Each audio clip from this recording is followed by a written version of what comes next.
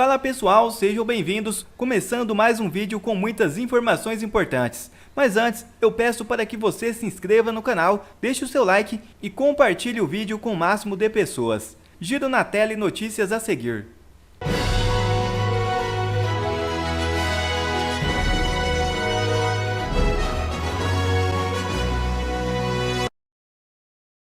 Eduardo Bolsonaro é vetado em audiência no Congresso dos Estados Unidos por deputado democrata. O deputado federal Eduardo Bolsonaro foi vetado de participar de uma audiência no Congresso dos Estados Unidos.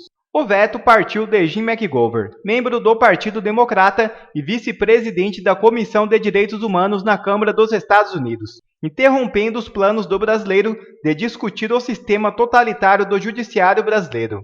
Eduardo Bolsonaro, através de uma publicação na plataforma X, expressou sua frustração com o impedimento, acusando-o de ser uma forma de censura, para calar a verdade sobre o que está ocorrendo no Brasil. Recorreram à censura, que é a arma dos covardes e fracos. Não é só no Brasil que a esquerda se apropria do termo direitos humanos e seleciona em quem jogará a culpa por suas supostas violações, argumentou o deputado. Eduardo mantém firme seu compromisso de levar adiante suas preocupações sobre a política brasileira em solo americano.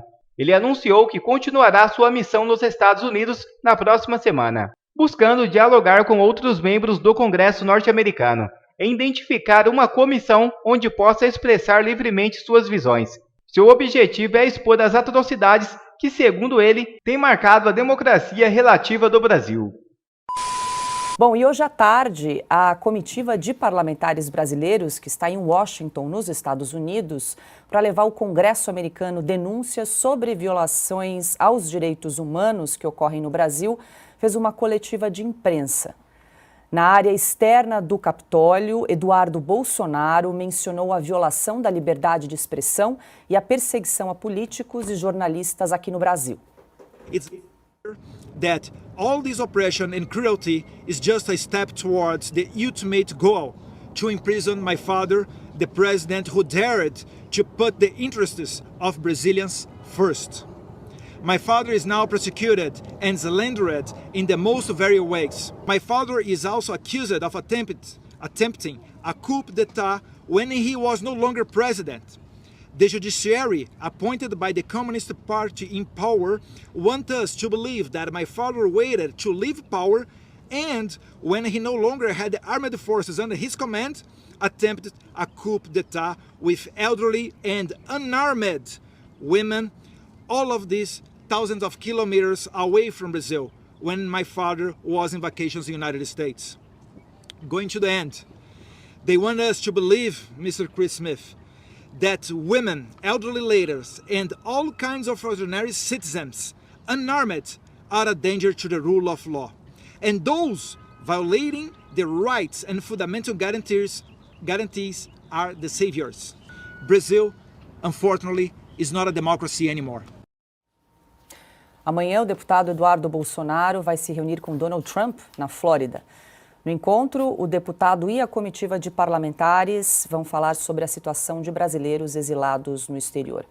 Bom, Silvio, hoje estava marcada uma audiência no Congresso americano, né, com essa equipe de parlamentares, mas, em razão do veto, esse encontro foi adiado. Mesmo assim, os parlamentares tiveram aí uma agenda com outros políticos, jornalistas. Acompanhamos um trecho dessa coletiva de imprensa que foi concedida pelo deputado Eduardo Bolsonaro.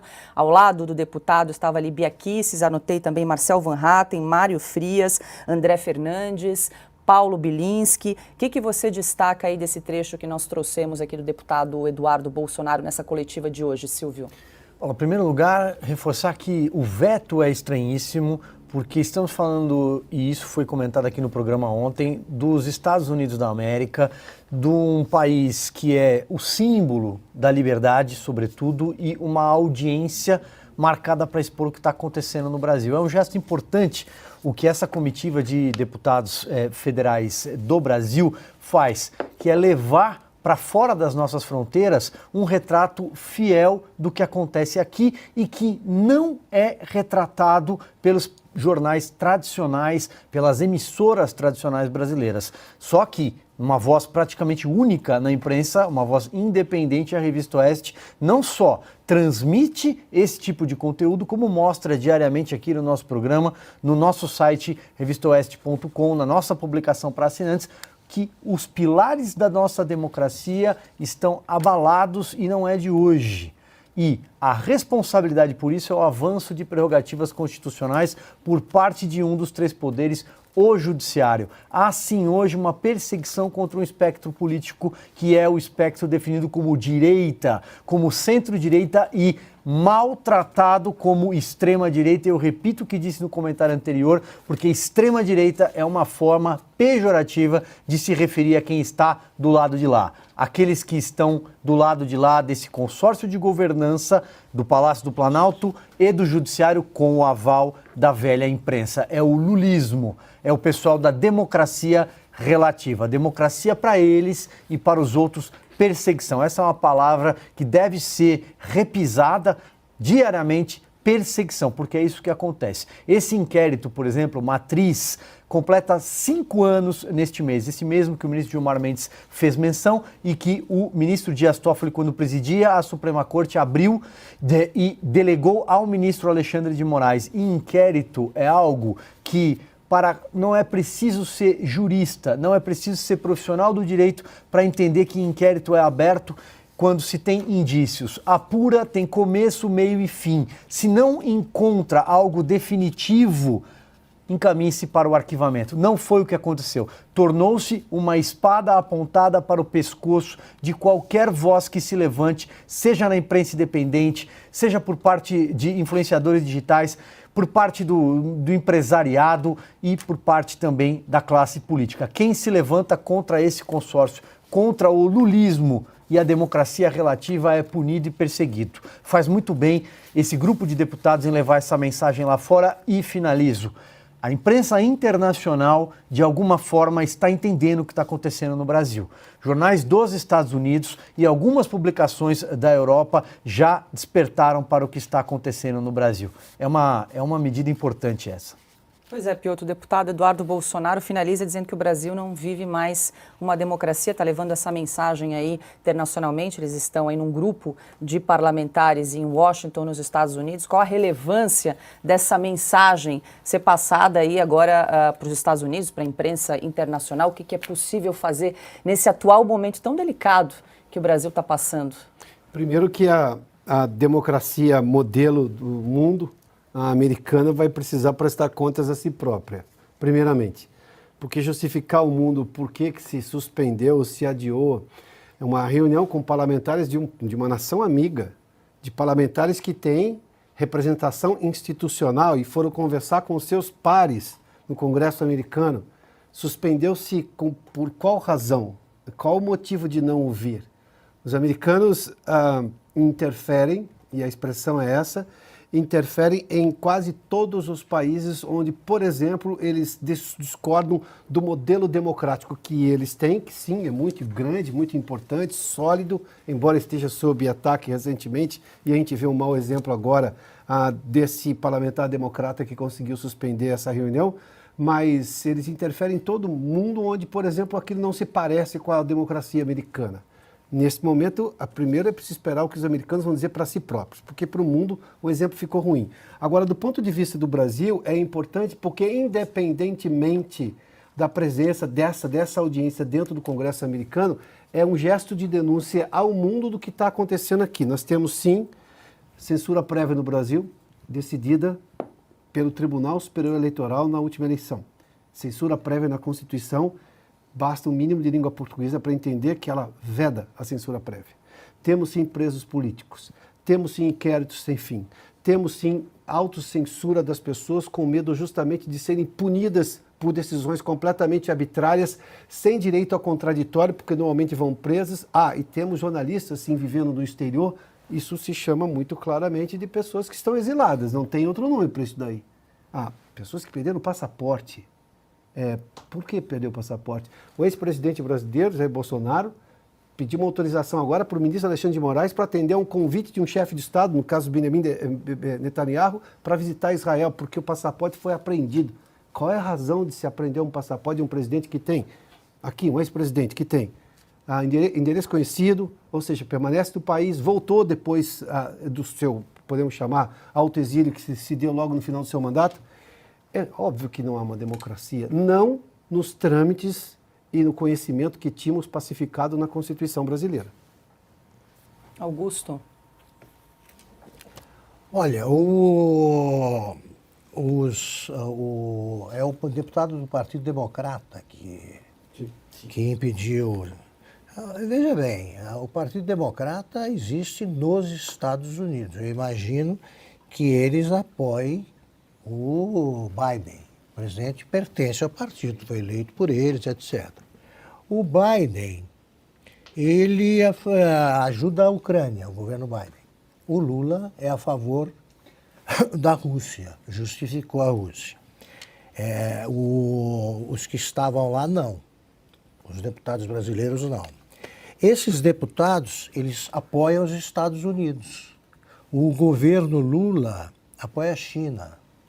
Em qualquer tipo de discordância, ele toca, como já mostrou sua simpatia pela China, o presidente Lula, lá, com aquelas declarações que deu.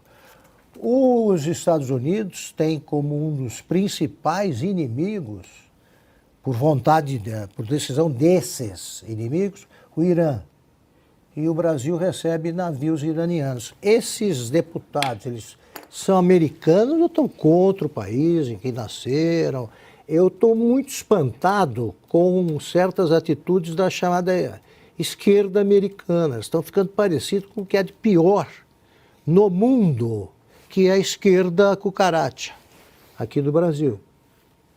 A brasileira, sobretudo. Né? Eles estão apoiando tudo que está de errado.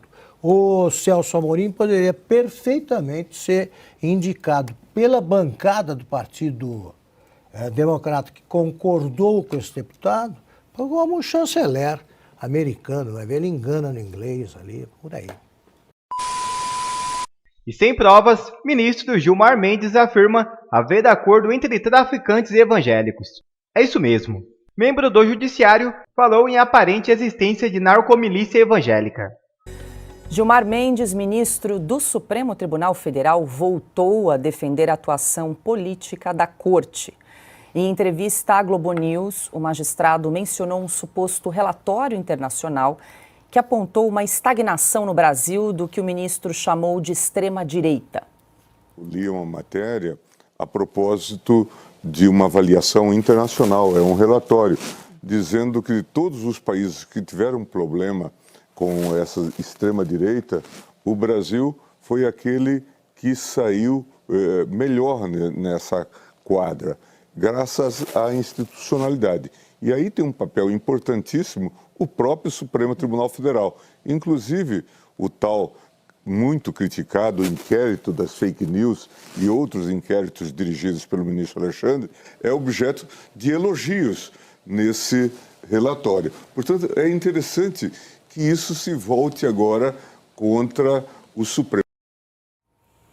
Casa cheia hoje aqui em Oeste Sem Filtro, todos no estúdio. Muito boa noite, Silvio Navarro hoje aqui ao meu lado. Silvio, nós comentamos um trecho dessa entrevista concedida pelo ministro Gilmar Mendes ontem à Globo News, em que ele inclusive defendeu a criação de uma comissão da verdade para esclarecer aí supostas irregularidades cometidas durante a Lava Jato, e agora a gente seleciona um outro trecho em que ele fala que leu um relatório internacional dizendo que de todos os países que tiveram aí problemas com a extrema-direita, palavras aí do ministro Gilmar Mendes, o Brasil foi aquele que saiu melhor graças à institucionalidade e atribuiu então ao STF a responsabilidade aí por apaziguar os ânimos no país. Boa noite, Silvio. Boa noite, Paula. Boa noite aqui para a nossa bancada hoje toda no estúdio em São Paulo. Boa noite, Pioto, Caute, meu irmão Augusto. Boa noite para você que nos acompanha. O ministro Gilmar Mendes, mais uma vez, muito à vontade diante das câmeras. E aí já começa o problema. O ministro Gilmar Mendes, assim como os outros 10 integrantes da Suprema Corte, deveriam se preocupar em se manifestar nos autos, com imparcialidade. Segundo ponto, extrema-direita na boca de um ministro da Suprema Corte que, afinal, ao fim e ao cabo, é árbitro, é juiz, é magistrado, usa a toga. E aí, onde é que fica o artigo 2º da Constituição? Praça dos três poderes, com três poderes harmônicos e independentes entre si, o judiciário, o legislativo e o executivo. Extrema-direita, mais uma vez insisto neste ponto, hoje no Brasil é um termo utilizado para se referir àqueles que estão do lado de lá. Aqueles que não fazem parte do consórcio de governança instituído no país desde a eleição de 2022, composto pelo Palácio do Planalto e pelo Supremo Tribunal Federal com o aval da velha imprensa, da velha mídia. Mais uma vez, parece que todo mundo ali fala dentro de uma bolha e perderam completamente a conexão com a sociedade, tanto os entrevistadores quanto o entrevistado nesse caso. Bom, a gente segue repercutindo mais trechos dessa entrevista concedida pelo ministro Gilmar Mendes, porque ele também disse que existe uma suposta narcomilícia evangélica em atuação no Brasil, especialmente no Rio de Janeiro. Vamos acompanhar. Recentemente, o ministro Barroso presidiu uma reunião no Supremo sobre essa questão, uma reunião extremamente técnica.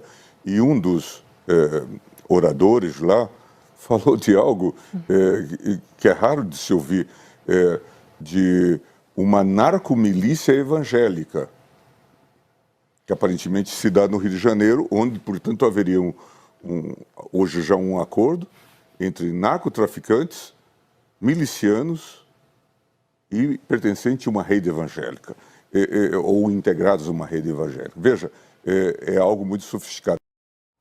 Adalberto Piotto, muito boa noite. O que você destaca aí dessas falas do ministro Gilmar Mendes? O preconceito e a ausência de provas cabais, porque ele está falando de uma religião, está falando de evangélicos, é isso, né? Paula, boa noite. Cauti, Augusto, Silvio, a todos vocês que nos acompanham. Primeiramente, tem uma questão de preconceito, é a ausência de provas. Como o Silvio já fez menção, um juiz se manifestando fora dos autos. E o que seria uma narcomilícia evangélica? É isso que ele diz, né? Narcomilícia evangélica. Quando, por exemplo, aqui em São Paulo houve o escândalo dos juízes do TRT, do Tribunal Regional do Trabalho, alguém disse que havia uma milícia de tribunais? Não. Se apontou juízes que tinham desvio de conduta, envolvimento em casos de corrupção. Bom, apurou-se o caso, a ideia era punir esses juízes, mas ninguém colocou o judiciário todo nessa história. Vamos imaginar a hipótese de que alguém envolvido no crime, por um acaso, pertence a determinada religião. Essa religião não tem nada a ver do ponto de vista de generalizar-se aquilo a ponto de ela ser envolvida como uma descrição daquela milícia. O ministro Gilmar Mendes, eu já ouvi de críticos ferrenhos, estou falando de juristas, né, conhecedores do direito, dizem que o ministro Gilmar Mendes conhece bem o direito. Nenhum deles me disse que o ministro não conhece o direito. Daí, por exemplo, falar fora dos autos, ele sabe que não deveria fazer. Ele defendeu há pouco, inclusive, no trecho anterior, o inquérito das fake news. Ele sabe que inquérito tem prazo para terminar. Ele sabe que inquérito de ofício não faz sentido. Ele sabe tudo isso. Mas ele acabou de fazer uma defesa. Inclusive do ministro Alexandre de Moraes. Parece que ali é uma dupla, Gino. Nós temos dois porta-vozes do Supremo Tribunal Federal que falam. O ministro Alexandre de Moraes e, sobretudo, o ministro Gilmar Mendes. Falar dentro dos autos, que é dever do juiz, sem emitir prévia a opinião, que pode levar a pré-julgamento, tudo isso deveria ser levado em conta. Não tem. O ministro Gilmar Mendes continua falando. É grave o que ele faz menção à questão religiosa. Isso me lembra do Tratado sobre a Tolerância de Voltaire, do filósofo francês Voltaire, que ele usa uma expressão religiosa para criticar um problema de violência. Quer dizer, ele usa uma terminologia de uma religião para incutir, né? Eu vou de novo usar a expressão narcomilícia evangélica. Tá, narcomilícia faz sentido, a polícia usa essa expressão com frequência. Agora, evangélico quer dizer o quê? Qual é a participação? É de pessoas que, por acaso, comungam de religiões evangélicas? Não dá o direito de generalizar dessa maneira. É preconceituoso e isso pode causar um problema muito maior no país. E está vindo de um ministro do Supremo. E esse é o ponto mais grave. E conselheiro da Vale renuncia e critica. nefasta intervenção política na empresa.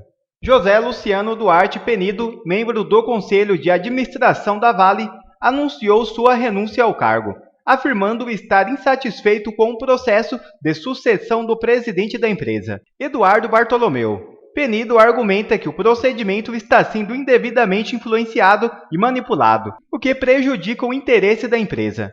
Em uma carta direcionada ao presidente do Conselho de Administração da Vale, Daniel Stiller, Penido detalhou suas preocupações. Apesar de respeitar decisões colegiadas, em minha opinião, o atual processo sucessório do CEO da Vale vem sendo conduzido de forma manipulada. Não atende ao melhor interesse da empresa e sofre evidente e nefasta influência política.